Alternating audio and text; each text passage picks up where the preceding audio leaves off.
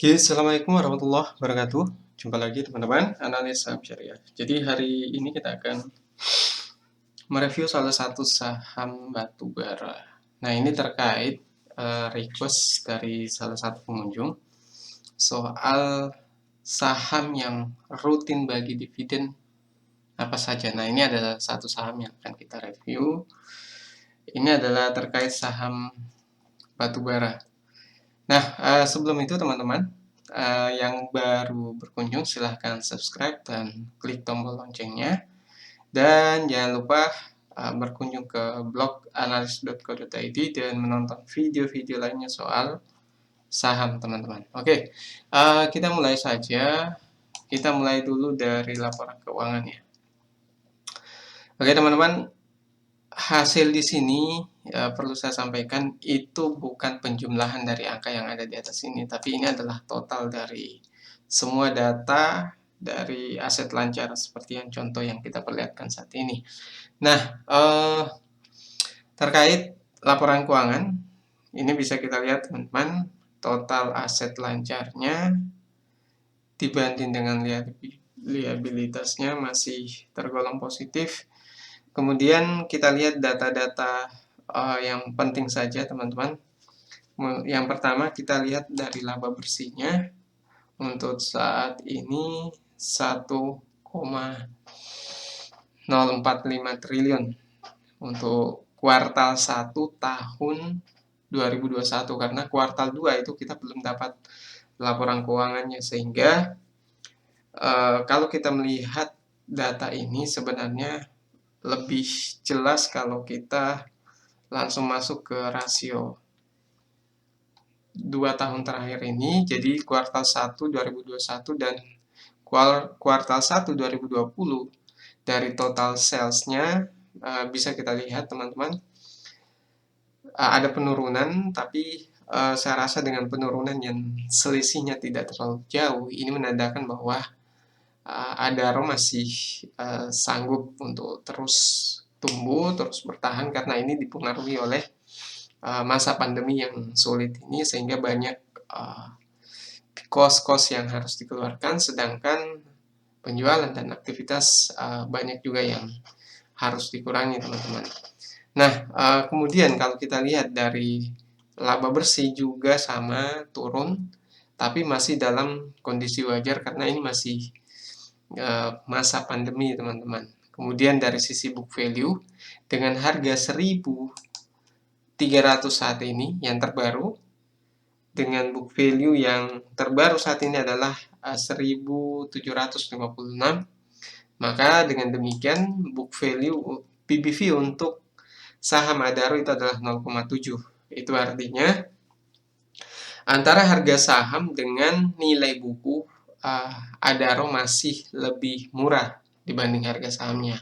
Tapi ini masih relatif teman-teman. Apakah betul PBV 0,7 di bawah 1 kali ini murah atau tidak? Karena sesuai request-nya dari yang request jasa analisa saham, itu mencari saham yang rutin bagi dividen, PBV di bawah 1, price to earning ratio-nya di bawah 13. Nah, ini sudah masuk kategori hanya saat ini apakah bisa untuk jangka panjang ataukah sudah timingnya masuk di saham ini atau tidak. Nah, kalau kita lihat dari sisi return on equity juga jelas turun karena laba bersihnya juga turun. Tapi ini dibanding teman-teman saham-saham lain, bahkan ada yang sampai minus atau bahkan yang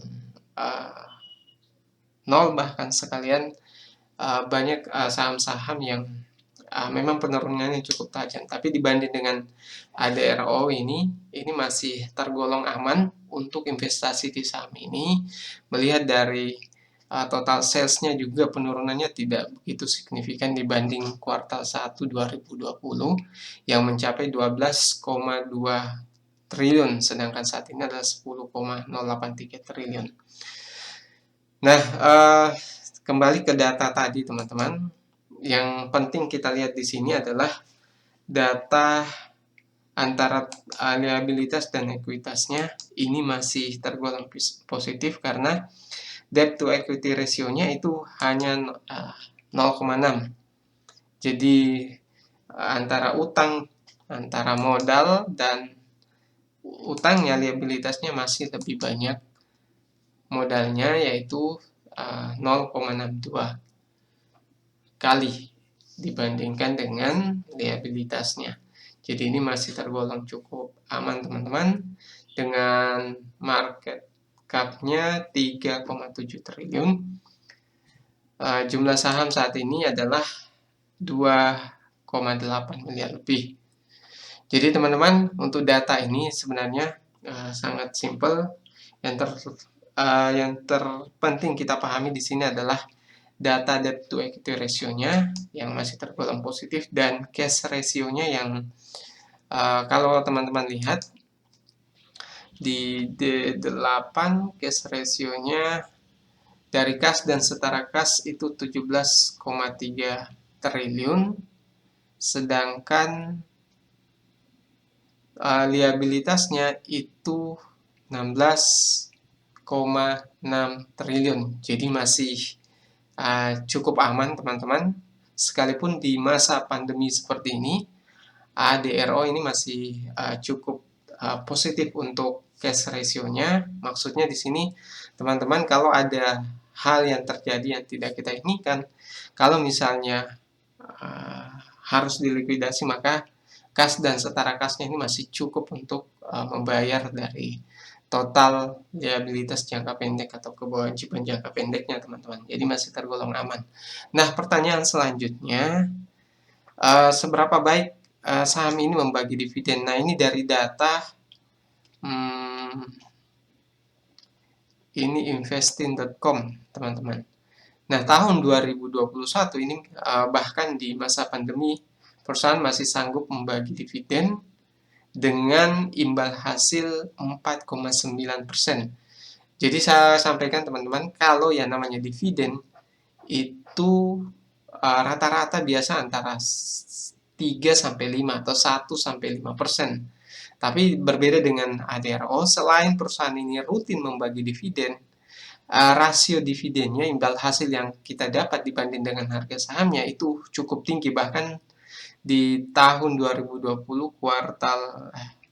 masih di kuartal 1 itu 12,06% imbal hasilnya. Ini cukup lumayan tinggi, bahkan lebih tinggi dari deposito buat teman-teman yang mau nabung saham. Hanya ini perlu kita lihat ini cocok untuk investasi jangka panjang atau tidak. Nah, akan kita jelaskan nanti. Yang jelas, teman-teman kalau mencari saham yang rutin membagi dividen dan termasuk kinerjanya selalu stabil, aman, salah satunya adalah ADRO ini. Bisa teman-teman lihat mulai dari 2018 sampai 2021 ini, perusahaan bahkan tidak pernah alpa membagi dividen. Bahkan di masa pandemi saat ini, sekalipun nilainya cukup tajam penurunannya, hampir 50% dari dibanding dengan 2020 sebelumnya, itu hampir lebih dari 0,5% penurunannya, tapi ini masih wajar karena kita melihat perbandingan dengan beberapa saham yang bahkan stop membagi dividen karena masa pandemi ini. Nah, itu salah satu kelebihan dari ADRO soal dividen, karena perusahaan selain rutin juga nilai dividennya besar. Nah, kita lihat data ADRO untuk 5 tahun terakhir ya. Teman-teman bisa lihat di sini. Ini adalah kuartal 4 atau data laporan keuangan tahunan di 5 tahun terakhir mulai dari 2017 sampai 2021. Kita lihat dulu dari total sales-nya teman-teman. Ini masuk kategori yang layak untuk kita investasi, sekalipun saya menyampaikan teman-teman, saham komoditi atau saham batubara itu tidak cocok untuk investasi jangka panjang yang sampai puluhan tahun, tidak cocok teman-teman. Tapi kalau untuk jangka waktu setahun, 3 tahun, ya mentok di 5 tahun lah.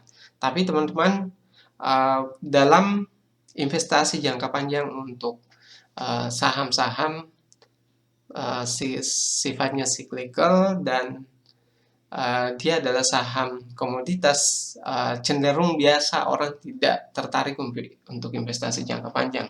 Ada 2 saham yang kategori layak untuk investasi jangka panjang, yaitu saham konsumer dan saham finansial, bisa perbankan, asuransi, dan lain sebagainya.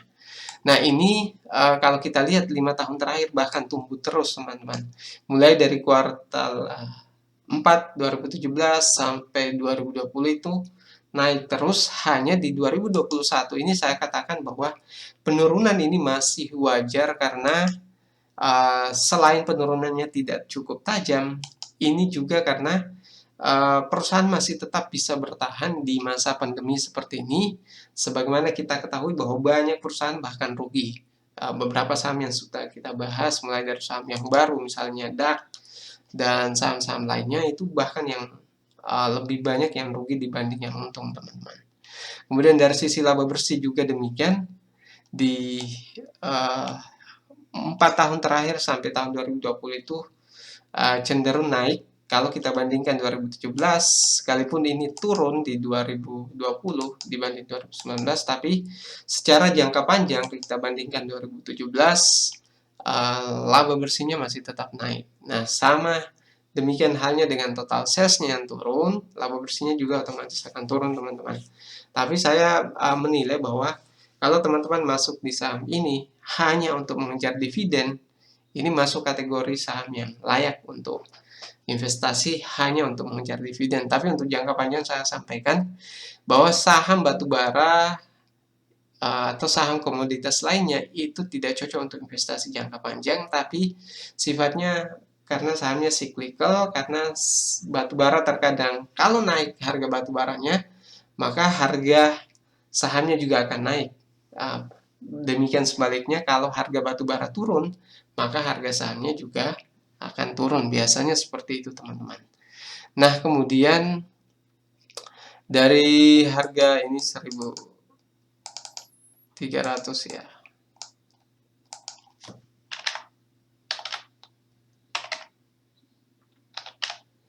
Harga 1.300, PBV yang terbaru itu 0,7. Itu sudah kita bahas tadi, teman-teman. Dengan return on equity-nya di kuartal 4 2021. Ini masih data yang kita ini data tahun 2020 yang sebelah sini, teman-teman. Ini salah pengisian. Karena tahun 2021 kita belum ada kuartal 4-nya. Maka kuartal 4 itu ada di sini. Jadi ini 2020, return on equity-nya itu hanya 4,0. Jadi teman-teman, untuk data ini kita menggunakan data tahun 2020 saja karena ini adalah data setahun penuh. Jadi ini teman-teman paling tidak sudah mendapatkan gambaran bahwa saham ini untuk dari tahun ke tahun itu selalu naik dan selalu positif, dan soal utang juga demikian, teman-teman. Sudah kita perlihatkan tadi untuk kuartal 1 ini masih positif, masih aman untuk investasi di saham ini. Melihat kalau tujuannya memang hanya untuk dividen, saham ini cocok untuk kita nabung untuk hanya sekedar dividen, terutama karena di masa-masa tanpa pandemi ya, teman-teman, itu nilainya bisa lebih tinggi dari deposito. Itu yang lebih penting. Kemudian untuk bisnis, kalau teman-teman lihat data ini masih kita ambil data tahun 2018 ya. Adaro ini masih kedua terbesar perusahaan produsen batubara, karena kalau kita lihat dari produksinya ini bisa kita lihat datanya di sini, teman-teman. Itu masih berada di peringkat kedua dibanding dengan Indika Energi. Ini masih Adaro masih di atas, teman-teman. Kemudian untuk lini bisnis, ini bukan perusahaan kecil ya, perusahaan yang sudah berdiri cukup lama. Dan soal IPO, ini sebenarnya IPO dengan nilai tertinggi itu sebelum ada Bukalapak itu adalah Adaro, teman-teman. Tapi semenjak ada Bukalapak dengan nilai 21 triliun lebih dana yang terkumpul, maka Adaro tidak lagi yang terbesar nilai IPO-nya, teman-teman. Nah, perlu saya sampaikan ini bahwa Adaro ini adalah grup atau perusahaan holding yang membawahi beberapa perusahaan. Adaro Mining ini yang lebih utama di perusahaan tersebut adalah PT Adaro Indonesia, perusahaan pertambangan terbesar dalam grup Adaro. Jadi dari semua bisnis ini yang terbesar adalah PT Adaro Indonesia. Nah, kemudian ada Adaro Service, ada PT Sabta Indra Sejati, Adaro Jasa Bara Indonesia, dan lain sebagainya. Tujuan dari bisnis ini adalah membuka jasa pertambangan, baik itu pengangkutan, kemudian penggalian, dan lain sebagainya. Kemudian Adaro Power, ini juga masih terkait sebenarnya dengan bisnis-bisnis Adaro, karena ini adalah soal kelistrikan. Jadi perusahaan PT Makmur Sejahtera Wisesa, Bima Sena Power Indonesia, dan lain sebagainya, ini semua sebenarnya bisa mendukung, bukan bisa ya, ini bagian dari perusahaan-perusahaan yang mendukung PT Adaro Indonesia dalam menjalankan bisnisnya, dan sekaligus mendukung produk-produk yang dihasilkan Adaro ini nanti mau dilepas kemana. Salah satunya juga digunakan oleh Adaro Power, karena untuk pembangkit listrik menggunakan batu bara itu masih laku saat ini, teman-teman. Kemudian ada Adaro Logistik, Land, Water, Capital Foundation, dan sebagainya. Ini juga ada PT-PT-nya, teman-teman. Jadi ini mau saya sampaikan buat teman-teman, Adaro ini bukan perusahaan kecil, bukan perusahaan kaleng-kaleng, punya banyak lini bisnis dari hulu ke hilir, teman-teman. Jadi sekalipun pandemi seperti ini, kita bisa lihat total sales dan laba bersihnya masih tetap terjaga, tidak anjlok bahkan sampai rugi, teman-teman. Nah, soal harga batu bara saat ini teman-teman wajar kalau kenapa harga sahamnya juga naik, karena sering saya sampaikan, saham batu bara itu biasanya akan sangat dipengaruhi oleh harga batu bara itu sendiri. Jadi kalau harga batu bara naik, ini otomatis harga sahamnya juga akan naik. Nah, di harga saham saat ini kita lihat 6 bulan terakhir. Oke, teman-teman. Dari data harga saham 6 bulan terakhir ini naik dibanding 2021 Mei itu di harga 1100-an. Dan sebenarnya saya itu rekomendasi untuk beli saham ini kalau bisa dapat di harga 1000 atau di bawah 1000 itu menarik sekali. Hanya untuk saat ini harga batu bara lagi naik. Kalau teman-teman masuk di saham ini, pastikan itu melihat harga batu baranya juga, teman-teman.